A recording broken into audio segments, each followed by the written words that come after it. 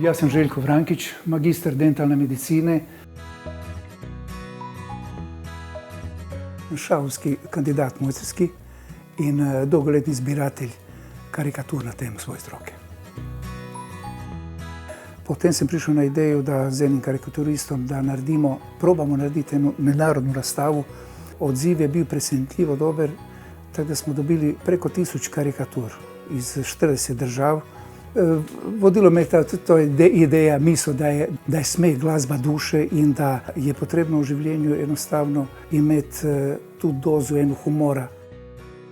Za naše delo, kjer so strahovi prisotni, treba imeti veliko potrpljenja, empatije do tih ljudi. Pa pobegnil nobeden še ni uspel pobegniti, ampak seveda bilo je tudi ekstremnih primerov, kjer so dejansko ljudje imeli močen strah. Celo recimo pred injekcijo. Ko so zagledali injekcijo, recimo padli v nezavest.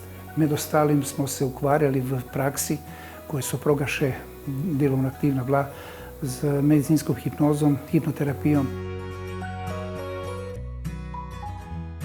Imel sem primer ene mlade osebe, ki je zelo zanemarjena, odklanjala je dolg časa sanacijo svojih zob. In potem, ko smo uspeli prepričati, smo postopoma tu sanacijo naredili, smo jo totalno spremenili videz in je žena, ko je zagledala sebi svoj drugi obraz, je začela jokati od sreče.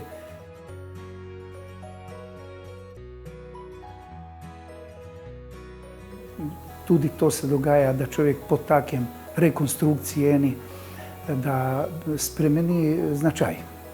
Značaj postane drug človek, recimo ne introvertiran tok, bolj odprt do ljudi, čemu končno to je nekje odraz te osebnosti, tudi taj sanirana čeljust.